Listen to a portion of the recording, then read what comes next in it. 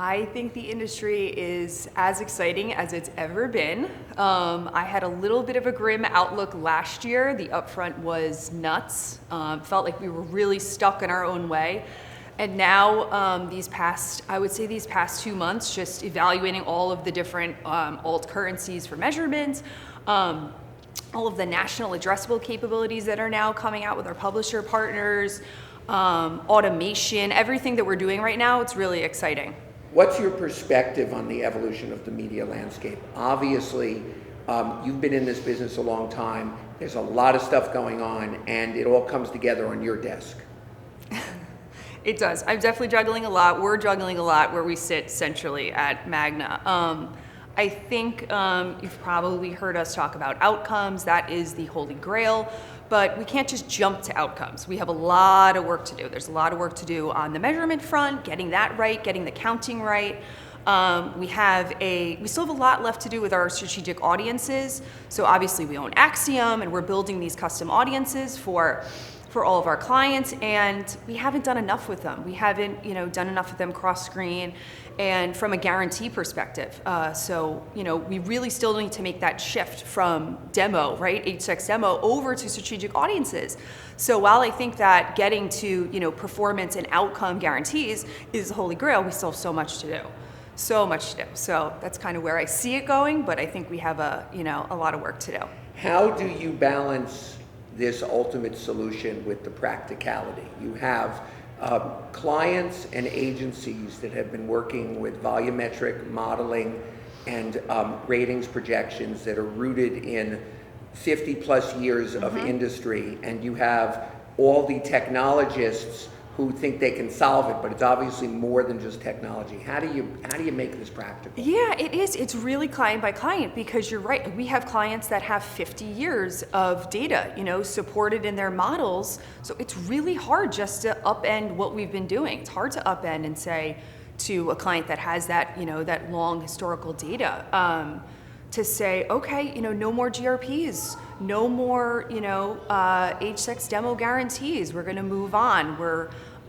So it depends. We have clients on that side of the fence where it is a transition, but then we have clients that, are already jumping in the deep end and are already guaranteeing on outcomes, and, aren't necessarily as stuck in kind of that, legacy model.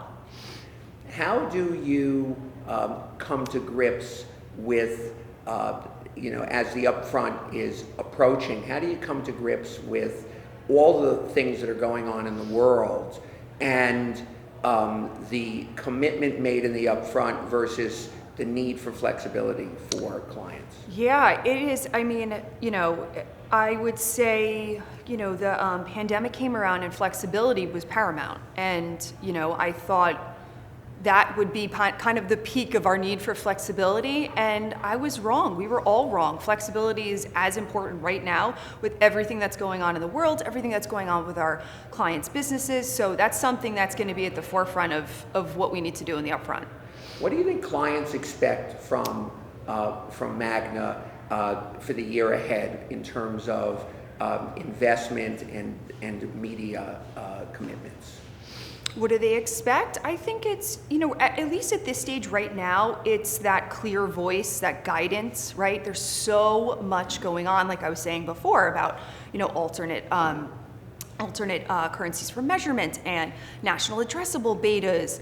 And, we're really pushing on our clients for more automation in the Upfront, right? So really bringing all of that digital video that we're investing in the Upfront and trying to automate that. So there's a lot that we're throwing at them right now. So I think it's just kind of taking them down the journey of, what we really want to do for the next 12 to 18 months, and kind of grounding them in that story and less about what we're just doing from an investment perspective. So speaking of 12 to 18 months, if we were sitting here a year from now, what do you think, looking back, will get accomplished this year, and what do you think, as a result of that, the challenges will be going forward?